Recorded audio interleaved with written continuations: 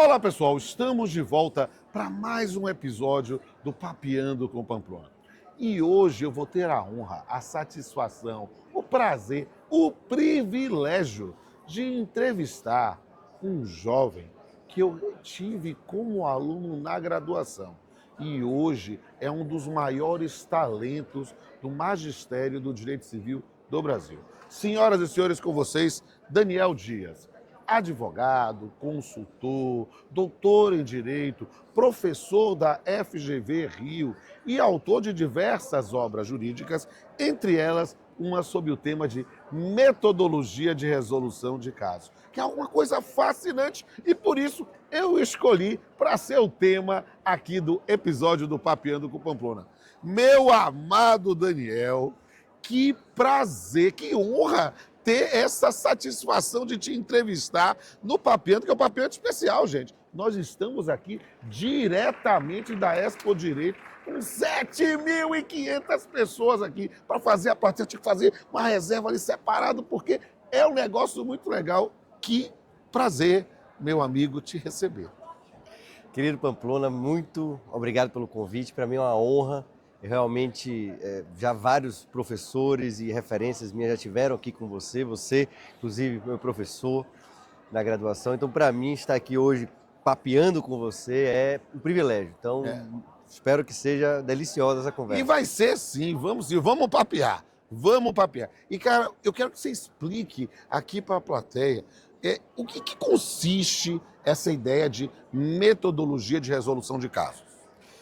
Bom, a ideia, né, de metodologia de resolução de casos é a sistematização das principais regras, do principal passo a passo a ser feito pelo jurista na resolução de um caso, de um problema jurídico. Isso que a gente aprende, Pamplona, no Brasil, tradicionalmente no estágio, na prática, que a gente vai quase que pegando intuitivamente, ali peça a peça, ao longo de meses, muitas vezes anos, na prática jurídica. Isso, na Alemanha, ele foi estruturado, né, foi compreendido, foi racionalizado, sistematizado e já é apresentado desde a graduação para os alunos. Eu queria entender um pouquinho, justamente o que você mencionou a Alemanha. Quero que você mostre para a plateia como é que você ficou conhecendo, como é que você conheceu essa metodologia. Exato, isso. Veja, eu fiz, durante meu doutorado na USP, eu fiz 2 anos, passei pesquisando lá em Munique. E lá, além das aulas mais teóricas, por assim dizer, que é com salões maiores, com professores catedráticos, eles de tarde ou até à noite, os professores assistentes se encontram em grupos menores para resolver casos que estão sendo dos temas tratados com os professores de manhã. Só que não é uma forma qualquer de resolver caso. Eles já são expostos desde o primeiro semestre a essa resolução contínua e constante de casos e sempre à luz de uma metodologia. Então eu me lembro que eu já estava doutorando, peguei a matéria de teoria geral lá na Alemanha, fui assistir como ouvinte e participei desse grupo de trabalho lá para resolver um caso. Logo no início, pegando pessoas que estavam com poucos meses de curso do direito. Aí entra a professora assistente e bota um caso, aí ela descreve um caso mais ou menos assim, de uma pessoa que passou, pegou um jornal, jogou a moeda e saiu andando. Aí ela perguntou assim, o que aconteceu aí? Aí ninguém falou nada, eu, do alto do meu, né, já doutorando em Direito Civil, falei, olha, é uma compra e venda. Aí ela, uma compra e venda? Como assim? Olha, tá ali uma moeda, jogado, pegou um jornal e saiu. Ela falou, mas o que é uma compra e venda? Quais são os elementos constitutivos de uma compra e venda? Ela foi decompondo aquela atividade simplória do dia a dia para que a gente pudesse analisar quantos pressupostos e quantos elementos estão ali já, que a gente automaticamente calcula e chega à conclusão. Ela estava mostrando, claro que num caso era pessoas que acabaram de entrar no curso, de uma forma muito, às vezes, de um exemplo muito banal, mas mostrando como se faz essa decomposição, que isso se aplica em casos mais complexos. Então, entender os elementos constitutivos de um fato jurídico aparentemente banal. E isso você pode replicar para casos muito, muito, muito mais complexos. E isso que eu quero perguntar agora para o meu colega professor Daniel Dias, para meu orgulho. Como é que você começou a aplicar a metodologia de resolução de casos na sua atividade no magistério? Perfeito, isso é uma excelente pergunta, Pamplona. Quando eu voltei para o Brasil, depois de passar um tempo pesquisando fora, eu comecei a ensinar na FGV Direito Rio. E lá eles têm um compromisso institucional, claro, respeitando a liberdade de cátedra e a autonomia e as diferenças de áreas, né, de temas, eles têm um compromisso institucional com metodologias ativas de ensino.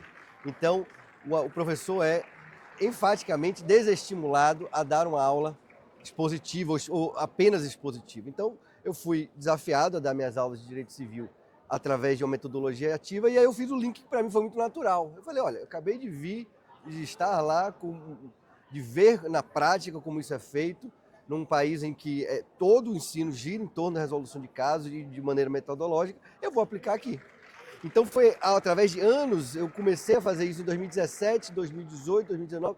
Em 2020 eu comecei a amadurecer a ideia do livro, que eu comecei a perceber que já tinha uma repetição suficiente, um amadurecimento suficiente, casos de direito brasileiro resolvidos já. Eu comecei a compilar isso, que foi o que originou o livro. Mas eu queria entender mais sobre essa metodologia. E eu estou curioso, como seu colega professor, como é que está sendo a receptividade da metodologia? E você conhece outras iniciativas no Brasil, outros cursos que têm aplicado essa metodologia específica? Isso é outra pergunta muito boa. Veja, eu sempre falo sobre isso quando eu falo sobre esse tema, para não parecer que eu sou um exército de um homem só, ou até que eu sou o pioneiro. Essa metodologia alemã de resolução de casos, ela já vem sendo aplicada e debatida por vários professores no Brasil. Inclusive, a GV de São Paulo, os penalistas da GV de São Paulo, eu diria que são os pioneiros. A professora Heloísa Estelita, ela já vem desde 2014, ela já tem um grupo de pesquisa na GV de São Paulo aplicando isso. Já existe revista de direito penal hoje no Brasil, chamada Nova de Direito Penal, que aplica casos de direito, resolve casos de direito penal à luz dessa metodologia. Nosso querido Márcio Mafra, Sim. que foi meu professor na UFBA, ele também, como juiz na Justiça Federal, eu soube que ele já deu várias palestras tentando aplicar, ensinar para os colegas magistrados também. Então veja que há diversas iniciativas Brasil afora, e eu sou mais uma, né? Eu me acoplo a essas pessoas que estão nessa linha. Certo, mas com uma pergunta final desse primeiro bloco, eu quero que você ensine para a gente como é que funciona essa metodologia, porque agora nós estamos invertendo os papéis. Vossa Excelência é o professor, eu sou o aluno. Eu quero aprender como é que funciona, como é que se estrutura esse método. Perfeito. Veja, há diversas, que a gente não conseguiria nem tentar esgotar aqui, regras e instruções de como resolver um caso. Mas o núcleo duro, pelo menos não, em geral e sobretudo em direito privado, é ensinar o aluno a lidar com regras, aplicar regras ao caso concreto e a desenvolver argumentativamente um silogismo, né? A ideia de premissa maior, premissa menor, conclusão. Então ele vai aprender a, diante de um caso concreto, perceber se este caso ele preenche os requisitos de incidência de uma determinada norma ou não. Então, para isso, ele vai ser ensinado um passo a passo argumentativo, que é de 4 passos, em que primeiro ele vai introduzir a pergunta. Então, Pamplona cometeu um ato ilícito, por exemplo, seria um caso concreto. Ele vai definir o que ele precisa para responder essa pergunta que ele mesmo fez. Então, o que é ato ilícito? Ato ilícito é tarará, tarará, tarará. Depois ele vai para um terceiro passo, que é o da subsunção. Então ele vai no caso concreto, ver o que Pamplona fez, se Pamplona dirigiu acima da velocidade, se ele estava falando ao celular naquele momento. E no quarto passo, concluir. Então, eu estou apresentando o núcleo duro da ideia, que é exatamente que é o que associa e o que desenvolve um silogismo ou aplicação de uma regra ao caso concreto. Uma argumentação em 4 etapas, e elas são etapas que são, digamos assim, exigidas que sejam feitas nesta ordem e com o mesmo valor e hierarquia para se chegar a uma conclusão diante do caso concreto. Mas perceba, até para entender bem, eu estou aqui perguntando como aluno, não há um desprezo ao aspecto conceitual, mas o aspecto conceitual é apresentado como as premissas para o desenvolvimento do silogismo. Com certeza, na verdade, o aspecto conceitual ele entra como como a parte quase que determinante. Fundamental, a base, o substrato, para poder fazer a construção do raciocínio. É a chave da resposta, a chave abstrata da resposta, quem vai dar é a definição. E eu digo sempre para os alunos, definição não são vozes das suas cabeças. Isso. É o que diz ou a primeira lei, a lei define algumas vezes, doutrina e jurisprudência. Nesse primeiro momento do contato da graduação, eu sou realmente um pouco, tem um aspecto pedagógico aí, eu sou contra aquela originalidade de que ainda você quer, tá ainda lendo os primeiros ainda não livros. comeu feijão suficiente para poder falar. Não é ainda, agora é o momento de você Ou mostrar... se alemão comeu chucrute. É o momento de você mostrar que você leu, porque segundo Caio Mário, segundo Orlando Gomes, segundo Rodolfo Pamplona, esse é o momento, segundo o STJ, então esse é o momento que você vai mostrar que você entende, tirou de Tem algum a base lugar. teórica para fazer a aplicação. Sem dúvida. Gente, isso é fascinante. E, gente, tem um povo enorme aqui querendo fazer perguntas. Daqui a pouco a gente volta.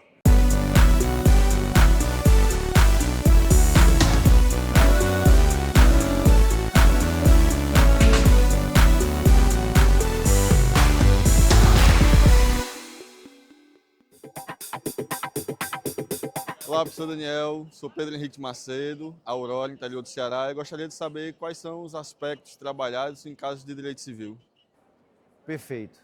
Em direito civil, mais uma vez, que é a minha área, que foi o que eu aprofundei, realmente existe um aprofundamento dessa metodologia em direito penal e em direito público, que vai lidar bastante até com principiologia, colisão e ponderação de princípios. Aqui no direito civil, quais são os aspectos principais? Primeiro, o aluno entende que, em geral, os conflitos de direito civil envolvem a pergunta dos 4 Qs, né? Que é quem quer o quê, de quem, com base em quê. Né? É uma formulação para entender que o aluno já consiga perceber quais são os polos ativo e passivo daquele problema, qual é o objeto daquele problema e com base em qual, né, fundamento legal que aquilo ali vai se desenvolver. E veja que essa é uma metodologia muito rigorosa. Ao longo do tempo, ela vai sendo, quando o aluno vai tendo mais autonomia e depois como jurista na vida, ele vai podendo ganhar flexibilidade e poder até de inovação. Mas no primeiro momento, esses 4 elementos, eles já têm que estar presentes na primeira frase da resposta, do parecer que esse aluno vai fazer, desse jurista vai fazer. Então ele já começa na primeira frase, é assim mesmo, eu estou enfatizando porque eu conheço como é o jurista brasileiro e é nesse nível de ênfase. Na primeira frase, você já precisa demonstrar quem são as pessoas que estão desenvolvendo, que vão brigar, né, que estão ali litigando, qual é o objeto e qual é o fundamento legal. Então, para dar um exemplo, como é que isso ficaria? Você quer saber se Daniel pode exigir uma indenização de João. Aí você já vai colocar e dizer, Daniel é questionável, Daniel poderia ter uma indenização de João, com base no artigo 186 do Código Civil, que é a nossa cláusula geral lá de responsabilidade civil extracontratual. Então, isso aqui eu estou formulando, na verdade, as 4 linhas do meu campo de batalha, ou do meu estádio de futebol onde eu vou jogar. Eu vou trabalhar com esses elementos e agora eu vou focar para ver se, naquele caso, os elementos constitutivos do 186 estão presentes ou não. E tem um segundo aspecto, que muito forte do direito civil, né, dessa metodologia, ele aprende que há 3 perguntas fundamentais. Né? Eu falei de 4 cases que dão, digamos assim, as bases do litígio ou do conflito. E aí ele vai dizer, existem 3 perguntas em geral que você deve fazer. Se alguém está exigindo alguma coisa de alguém, a primeira pergunta que você tem que se fazer é, esse direito surgiu? Então, por exemplo, se for uma alegação contratual, houve um contrato que foi formado? A segunda pergunta é, houve a extinção, né, superveniente desse direito, por exemplo, pelo pagamento da dívida?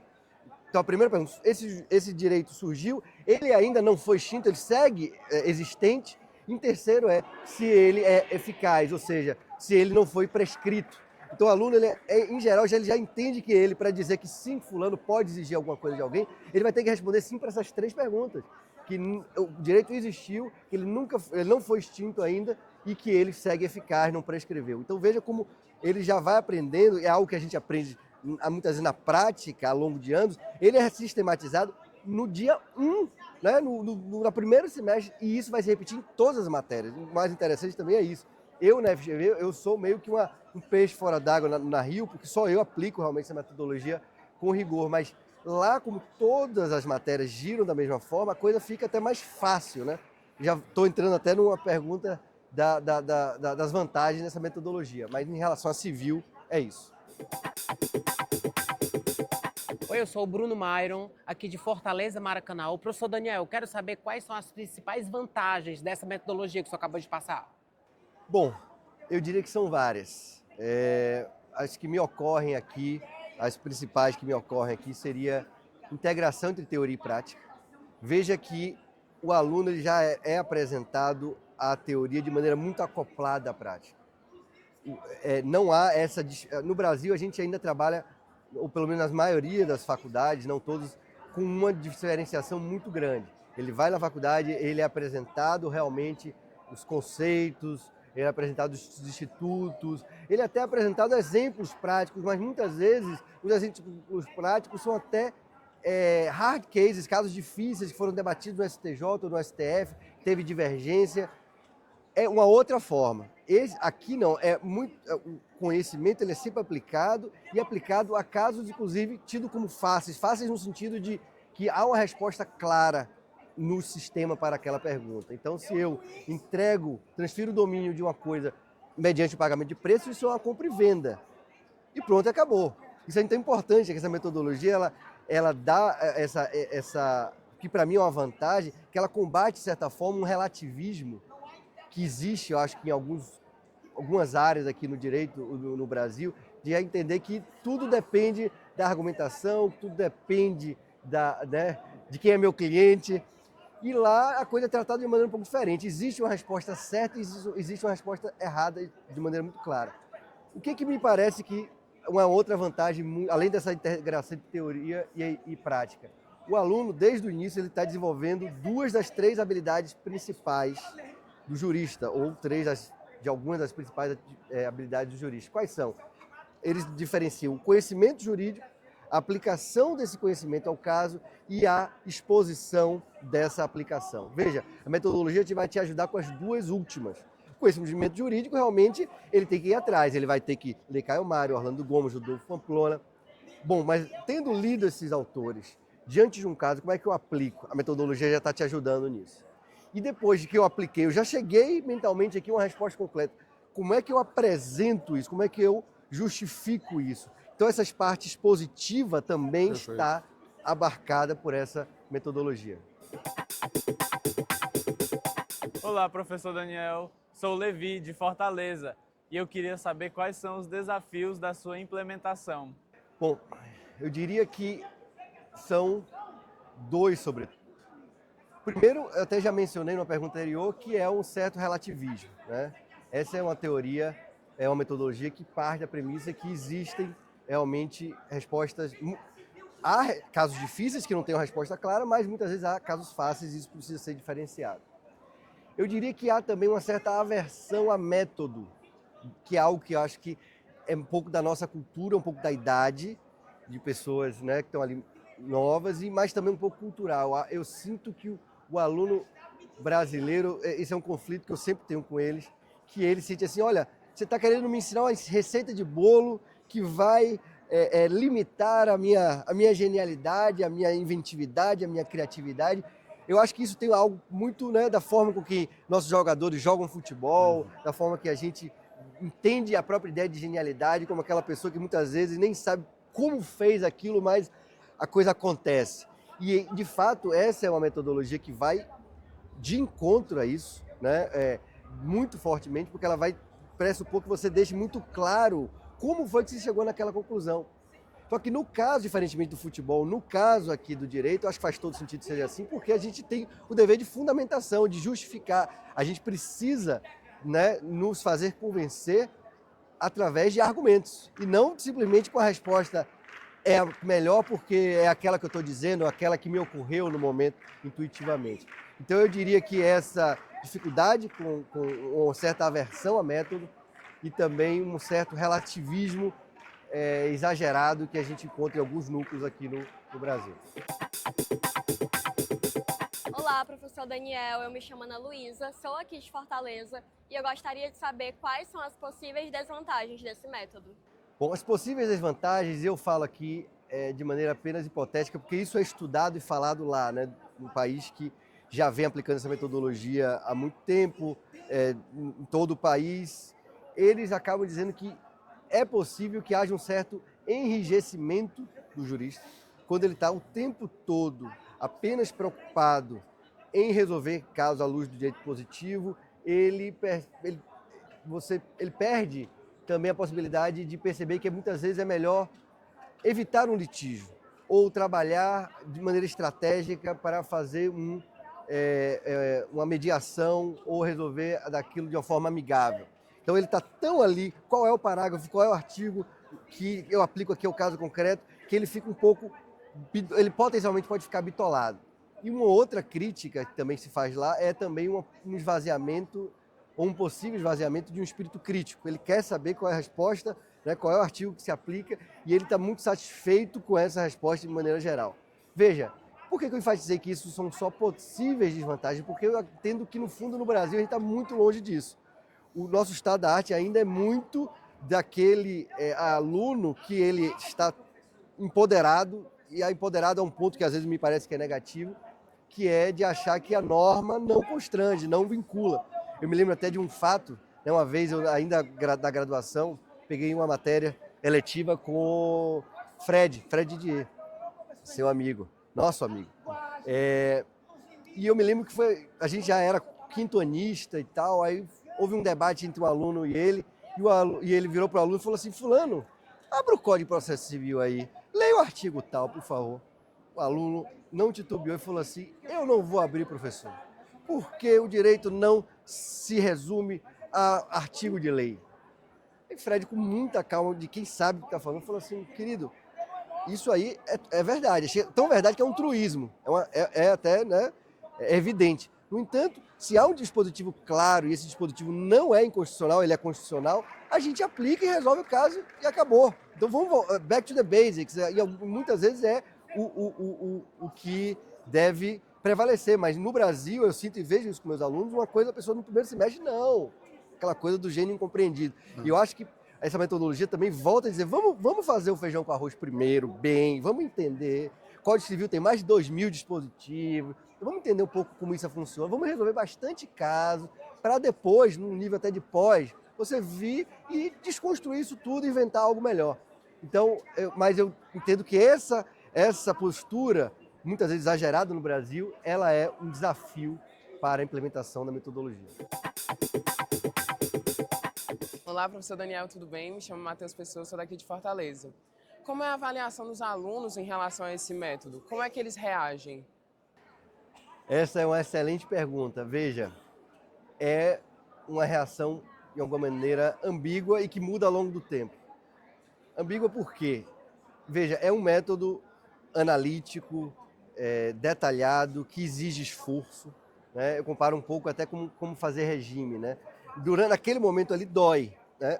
Incomoda, sobretudo como só eu trabalho com eles e tenho esse aspecto de novidade, as notas no primeiro momento caem bastante, só que se por um lado cai, isso irrita o aluno inclusive que está muito acostumado a ir muito bem, às vezes tira notas muito baixas, só que eu também apresento um gabarito, Pamplona, com o qual eles não estão acostumados, um gabarito, um barema muito, muito detalhado, que é de acordo com aquilo que eu expliquei durante as aulas, que eu disse que ia ser assim, eu até digo, olha, eu sou o professor mais previsível dessa faculdade. Apresento um barema extremamente detalhado, que o aluno muitas vezes, apesar de não ter ficado chateado, ele entende. Ele fala, puxa, que eu até digo, olha, aqui a correção não é freestyle, porque, e até mais um aspecto da metodologia, ele me constrange enquanto avaliador também, constrange o aluno, delimita e coloca, dá uma linha para o aluno, mas também dá uma linha para mim, como o que eu vou analisar. Então, há um barema muito estruturado, as notas no primeiro momento tendem a cair, aí o que eu faço hoje? São 8 avaliações durante o curso, não dá para fazer só uma avaliação no meio do curso e uma ao final, porque é pouco, eles precisam de mais exposição, mais tentativa e erro, eu percebi isso ao longo do tempo, e é isso, as notas vão muito mal no início, depois que eles entendem que a coisa começa a se repetir rapidamente, vai melhorando, e aí é como, depois que a pessoa está magra, ela olha e fala o quê? Valeu a pena. Em geral, é essa a reação que eu tenho dos meus alunos. Maravilha. Eu quero fazer a metodologia musicais até para perder peso também. Mas, gente, que prazer Esse papo foi um papo muito agradável, num momento assim histórico. É um congresso para 7.500 pessoas. As pessoas não têm noção dessa dimensão.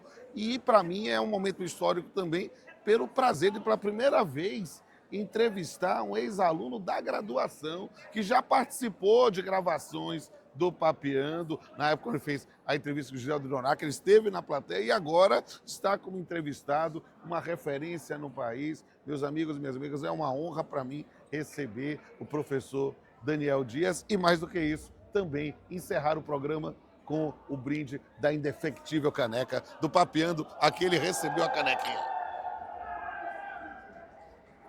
E, meus amigos e minhas amigas, vamos encerrar mais esse episódio. Se você gostou, olha, curta, comente, compartilhe, divulgue para os seus amigos, para as suas amigas, para os seus colegas, para as suas colegas.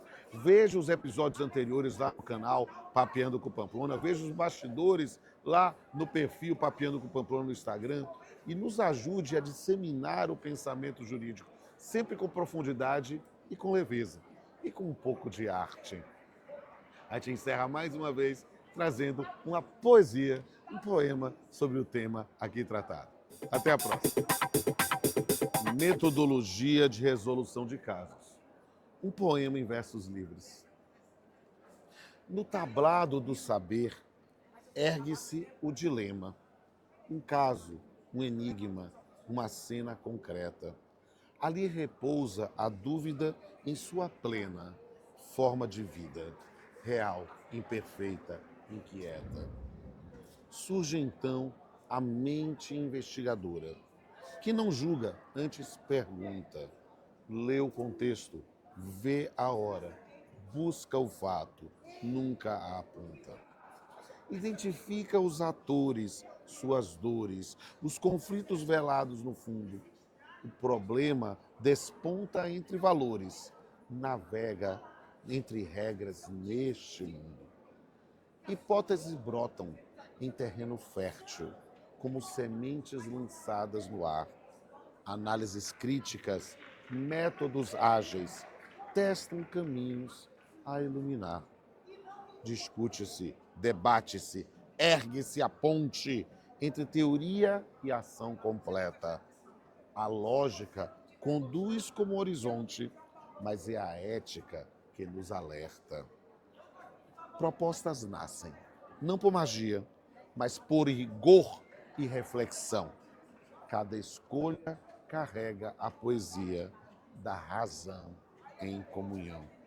E ao fim, a decisão é madura, fruto da escuta e da construção. A metodologia é moldura da justiça em gestação. Assim se resolve um caso, não por acaso, mas com método, com alma, com paixão. Até a próxima.